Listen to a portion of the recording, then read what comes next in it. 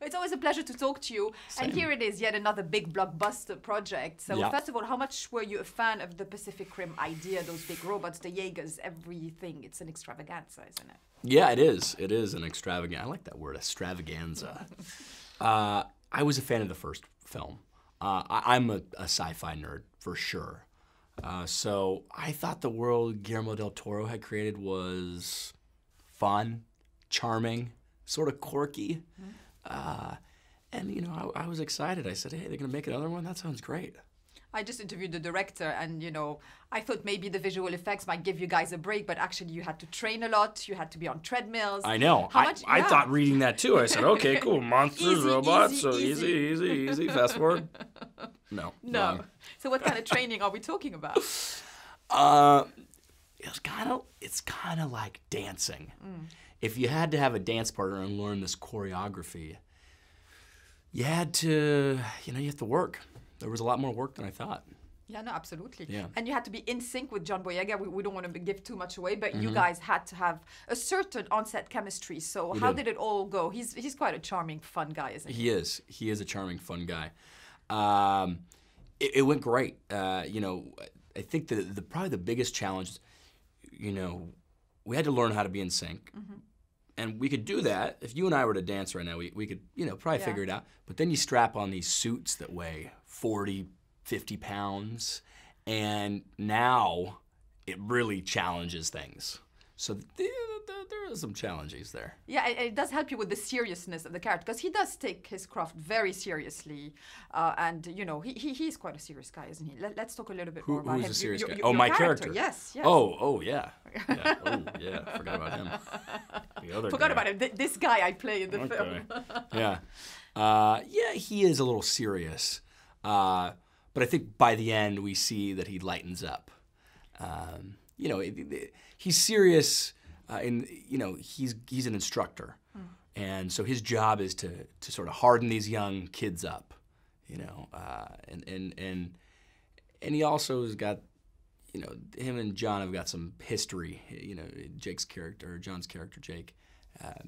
So they've got to deal with that.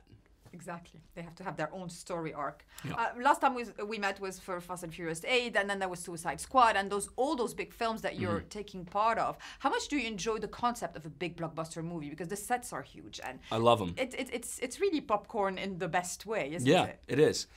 They're fun. They don't take themselves too seriously.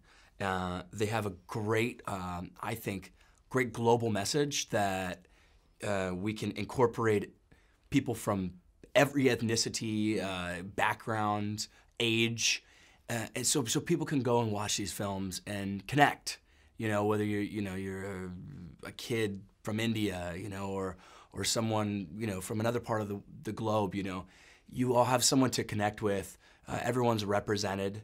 I think that's an important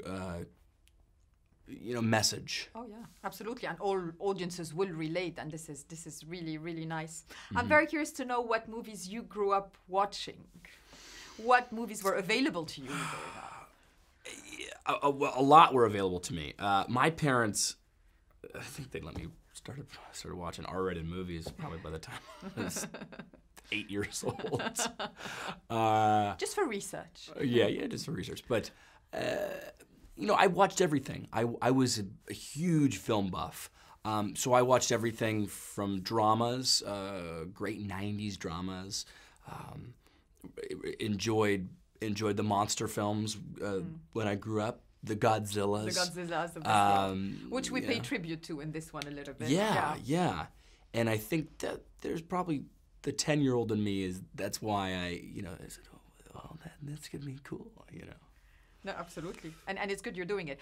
Next for you, what other big project are you planning? But sometimes you do also like a smaller film in between. You like to mix it up. I like to mix it up. I'm doing a film with Morgan Freeman and Nick Cassavetes. He's directing.